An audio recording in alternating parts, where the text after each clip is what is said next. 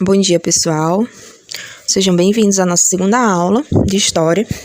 Na aula passada, nós vimos que a história estuda o homem no tempo e no espaço. Nós aprendemos alguns conceitos, qual a importância da história, por que a gente estuda a história, entre outras coisas.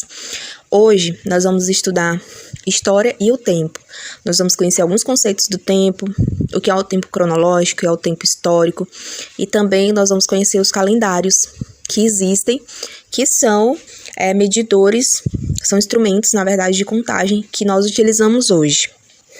Trouxe aqui para vocês 3 conceitos de tempo. O primeiro diz que o tempo permite medir a duração das coisas. O segundo conceito, que o tempo é uma sucessão de períodos e épocas. E o terceiro, que o tempo nos remete à ideia de passado, presente e futuro. Se a gente for observar, a palavra tempo, ela tem inúmeros significados. Ela pode ser empregada como sinônimo de várias outras palavras, como, por exemplo, a gente pode utilizar tempo para definir período, para definir passado, para definir presente, para definir futuro, para definir ciclos, para definir eras, fases e etc. E o tempo pode ser contado de diferentes formas, mas hoje nós vamos conhecer 2 que são importantes para o estudo da história, que é o tempo cronológico e o tempo histórico.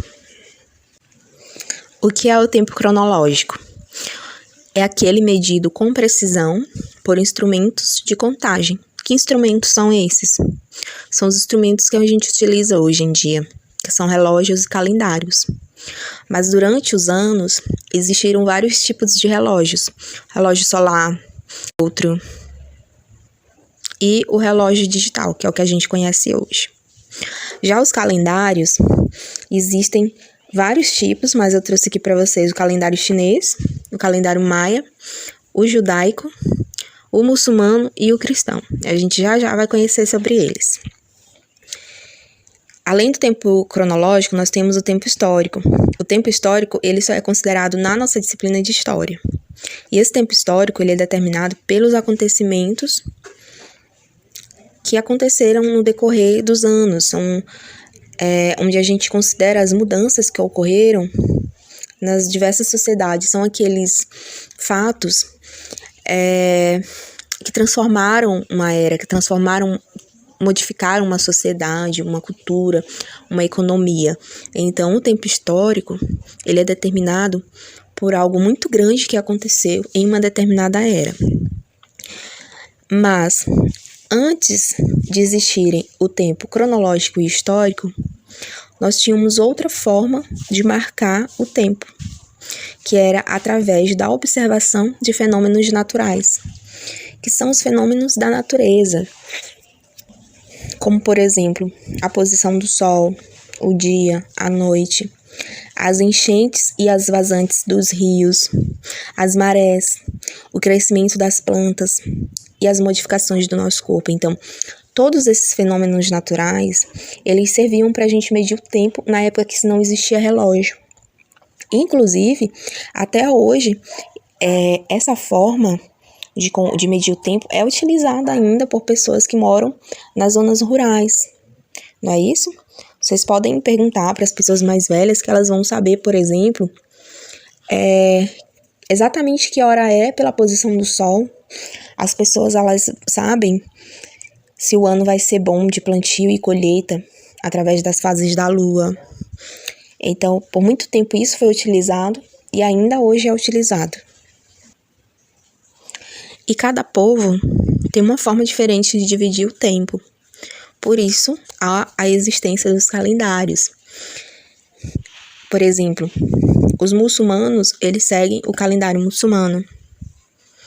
Os chineses seguem o calendário chinês.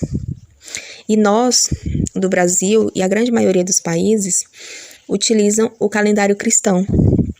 O calendário cristão, ele se iniciou a partir do nascimento de Jesus Cristo.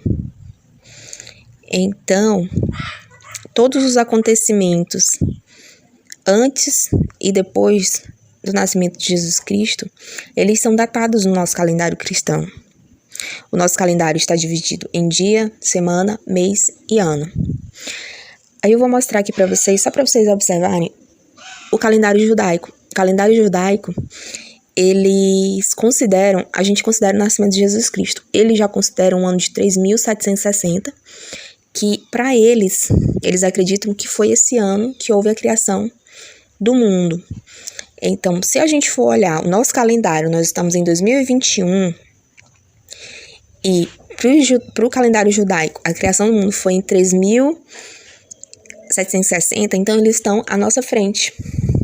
Mas se a gente for observar, por exemplo, o calendário muçulmano, a gente vai ver que eles começaram a medir o tempo deles a partir do ano de 622 a.C., depois de Cristo, em que Maomé fez uma viagem de Meca a Medina.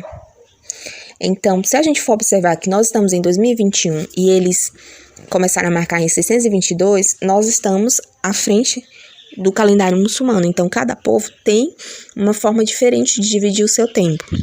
No nosso calendário, um ano corresponde a 365 dias, uma década a 10 anos, corresponde a 10 anos, um século, 100 anos, e um milênio a 1000 anos. Isso a gente aprende na disciplina de matemática. Mas eu quero que vocês aprendam sobre os séculos, porque os séculos são mais utilizados dentro da disciplina de história. A gente trabalha com anos, sim, mas dentro da história nós sempre utilizamos um recorte maior, que é século, para poder datar os acontecimentos, as fases da história. Eu trouxe esse esqueminha aqui para vocês compreenderem como que a gente descobre qual século determinado ano faz. Por exemplo, nós estamos no ano de 2021. Como a gente descobre qual século nós estamos? Para isso, a gente tem um jeito fácil de descobrir. Vamos lá. A primeira coisa. Primeira regrinha. Toda vez que um ano terminar em 00, final 00, cada ano nosso tem 4 algarismos, não é isso? Então, vamos supor aqui que a gente quer descobrir o século do ano de 1400. Eu vou colocar aqui, 1400. E esse ano ele termina em 00. Então, o que eu vou fazer? Eu vou eliminar os 2 zeros. E os 2 algarismos que sobrou vai ser o número do meu século. Então, vai ser século 14. Só que a gente não utiliza o numeral, a gente utiliza em número romano. Aí eu vou colocar aqui, X, V, ou X, I e V, que é o que corresponde a 14, então século 14. Vamos para outro exemplo, o ano de 1800. O que eu faço com 0? Elimino os 2 zeros, sobrou o 18. Então, o ano de 1800 corresponde ao século 18. Só que eu vou utilizar algarismos romanos, então eu coloco 18 em romano, correto? Mas se o ano não terminar em 00, o que é que a gente faz? Por exemplo, eu vou utilizar aqui o ano da Revolução Francesa, que foi em 1789. O que eu faço nesse caso? Eu elimino também os 2 últimos algarismos e sobrou 17. Mas eu vou pegar o 17 e somar mais o 1. 17 mais 1 é igual a 18. Então, o ano da Revolução Francesa foi no século 18. Vou aqui para o ano da proclamação da nossa República, da República do Brasil, que foi em 1889. Como eu faço para descobrir o século desse ano?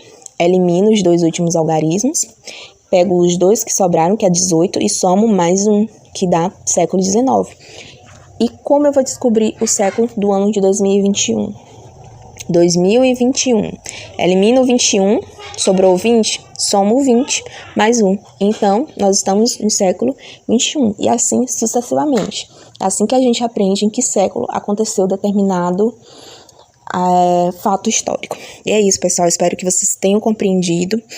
E até a próxima aula.